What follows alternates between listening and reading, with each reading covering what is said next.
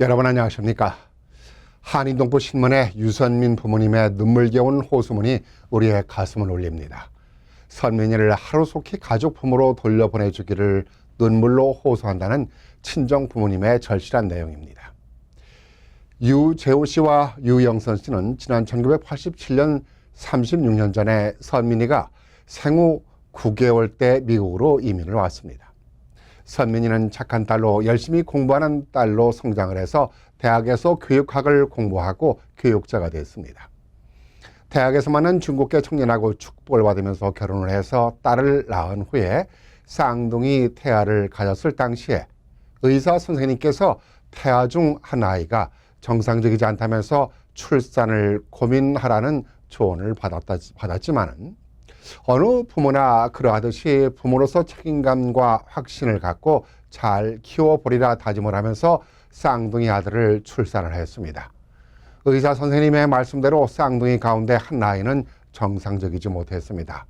저체중으로 태어난 아이는 탈장이 건강하지 않아서 저성장으로 수술을 받아야 할 정도였습니다. 가족 모두는 이런 엘리옷에게 온갖 정성과 사랑으로 키우던 중에 호흡곤란으로 세상을 떠나는 슬픈 일이 벌어졌습니다. 그런데 경찰은 아이가 숨진 1개월 후에 찾아와서 아이가 폭행으로 숨졌다면서 엄마 선민 씨를 연행을 해갖고 1년이 지나 또 4개월이 지나 그러니까 1년 4개월이 지난 지금까지 구치소에 수감을 시키고 있습니다. 이런 일로 시아버지는 충격을 받고 9개월 만에 돌아가셨습니다.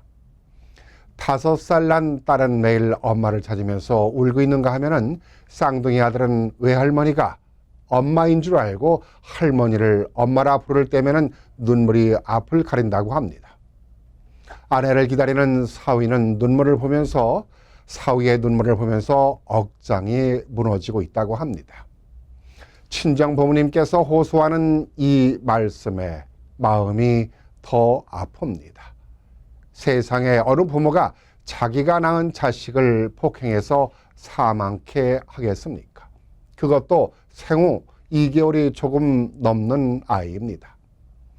아기는 엄마 뱃속에 있을 때부터 건강과 성장에 문제가 있어서 산부인과 전문의로부터 아이가 태어나도 건강하지 못할 것이라는 소견을 접했지만은 생명을 포기하지 않고 사랑으로 태어난 아이라고 말합니다.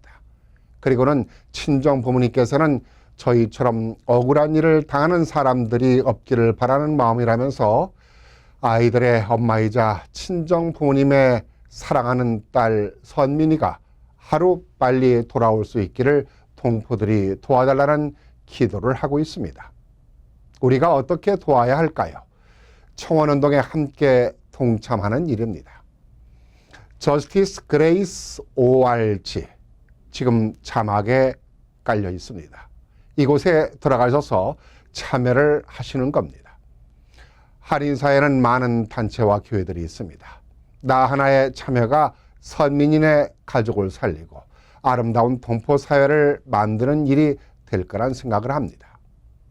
법이란 국민의 안전을 지키는 일입니다. 모두에게 평등한 보호도 받아야 하고요.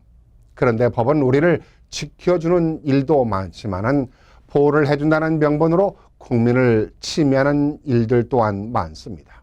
왜냐하면 검찰이나 경찰들이 건수 올리기에 수사를 하는 경우가 많기 때문입니다.